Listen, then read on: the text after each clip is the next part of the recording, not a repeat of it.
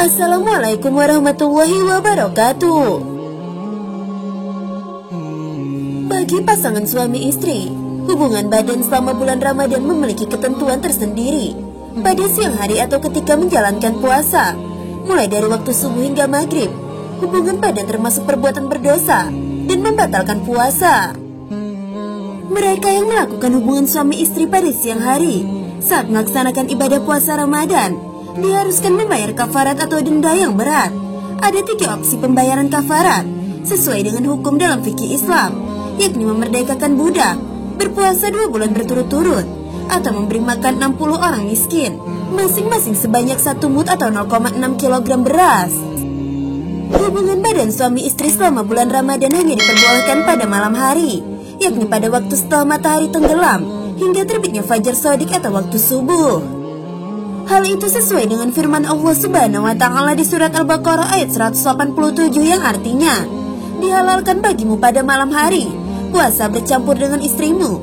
Mereka adalah pakaian bagimu dan kamu adalah pakaian bagi mereka. Allah mengetahui bahwa kamu tidak dapat menahan dirimu sendiri, tetapi Dia menerima taubatmu dan memaafkan kamu. Maka sekarang campurilah mereka dan carilah apa yang telah ditetapkan Allah bagimu. Makan dan minumlah hingga jelas bagimu atau perbedaan antara benang putih dan benang hitam, yaitu fajar. Kemudian sempurnakanlah puasa sampai datang malam. Tetapi jangan kamu campuri mereka ketika kamu beriktikaf dalam masjid. Itulah ketentuan Allah, maka janganlah kamu mendekatinya. Demikianlah Allah menerangkan ayat-ayatnya kepada manusia agar mereka bertakwa. Oleh karena pada bulan Ramadan, umat Islam dianjurkan untuk memperbanyak ibadah dengan mengerjakan berbagai amalan sunnah. Hubungan badan suami istri pada malam hari sebaiknya juga dilakukan sesuai tuntunan Rasulullah SAW. Meskipun demikian, melakukan hubungan badan suami istri pada hari-hari biasa juga tetap dianjurkan mengikuti sunnah Nabi SAW. Adapun tata cara hubungan badan antara suami istri yang sesuai dengan sunnah Nabi Muhammad SAW dan anjuran para ulama adalah sebagai berikut. Yang pertama adalah lakukan dalam keadaan tubuh segar dan harum. Berhubungan suami istri dianjurkan dalam keadaan segar dan harum, yakni dengan memakai wewangian dan tidak dalam keadaan kotor. Anjuran ini berdasarkan hadis yang diriwayatkan dari Ibrahim bin Muhammad bin Al-Mutashir yang bertanya pada Aisyah tentang pandangan Ibnu Umar. Saya tidak suka pakai minyak wangi sampai membekas di baju, kemudian saya ihram, ujar Ibnu Umar memberi saran pada Ibrahim.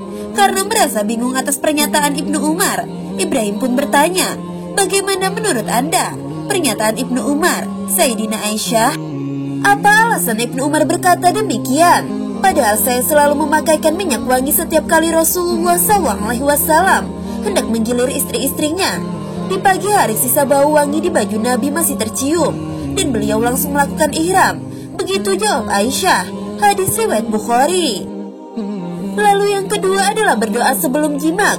Sebelum melakukan hubungan suami istri, disunahkan membaca basmalah, kemudian membaca surah Al-Ikhlas yang dilanjutkan dengan takbir dan tahlil, Allahu Akbar la ilaha illallah.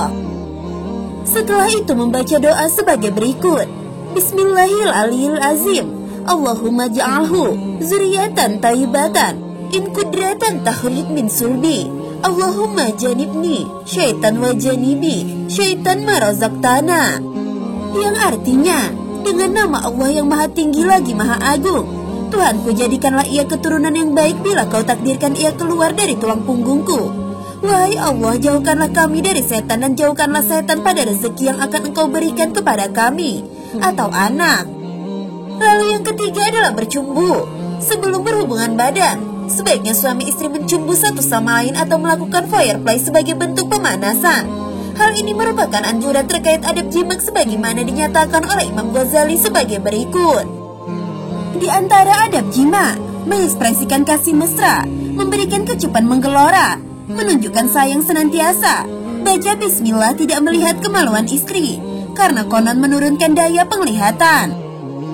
Lalu yang keempat adalah adab sunnah lainnya, sebagaimana dikutip dari ulasan Mahbub Mafi dalam tanya jawab fikih sehari-hari.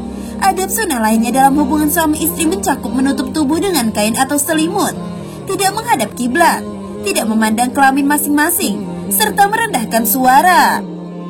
Anjuran adab hubungan suami istri tersebut merujuk ke sebuah hadis yang menyebutkan bahwa Nabi Muhammad SAW pernah bersabda, "Janganlah salah satu di antara kalian menyetubuhi istrinya sebagaimana persetubuhan hewan, dan hendaknya di antara keduanya ada perantara."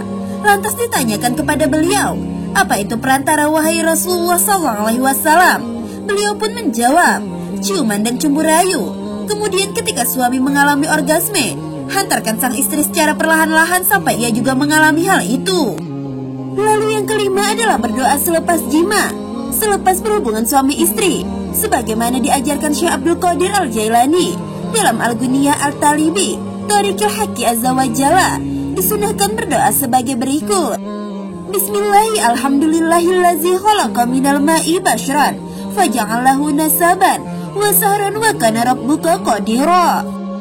Yang artinya, dengan nama Allah segala puji baginya yang telah menciptakan manusia dari air, lalu menjadikannya sebagai keturunan dan kekerabatan.